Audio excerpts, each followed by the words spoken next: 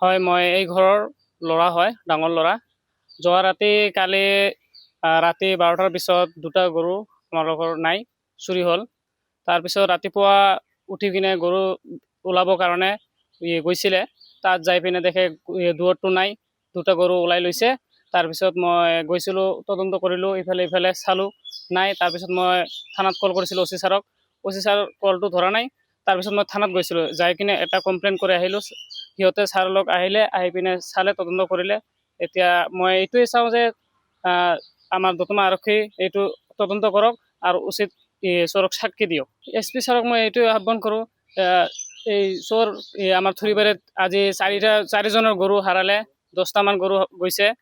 এই চোৰ উচিত সাক্ষী পাব লাগে, এইটোৱে আমি চাওঁ। আজি চাওক, আজি প্ৰায় 2 মাহ ধৰি এই যিটো মানে থুৰিবাৰী 2 নং থুৰিবাৰী যিটো গাঁও আছে, এইখন গাঁৱত 2 মাহৰ ভিতৰত 4জনৰ গৰু হেৰালে।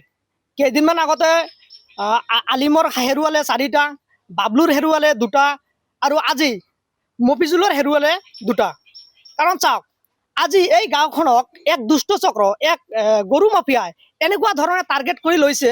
অকল গাঁওখনৰ মানে খাটি খোৱা কৃষকসকলৰ অৱস্থা বেয়া কৰি আছে। আজি চাওক, সাধাৰণ ৰাইজে গৰু পোহপালন কৰি খেতি বাতি কৰি জীৱন নিৰ্বাহ কৰে।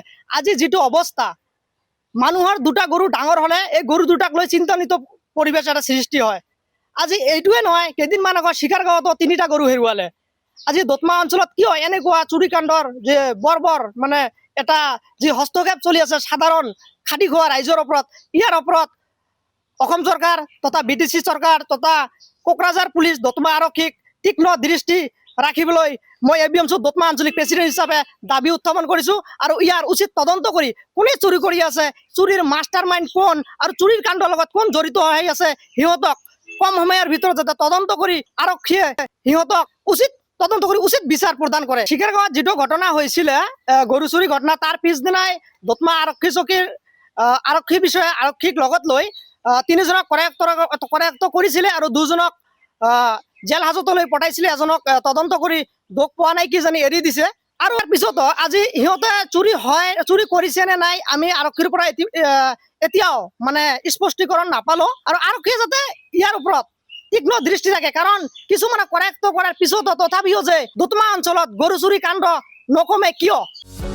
যিকোনো খবৰৰ বাবে যোগাযোগ কৰক আমাৰ এই নম্বৰত 9181 307 2221।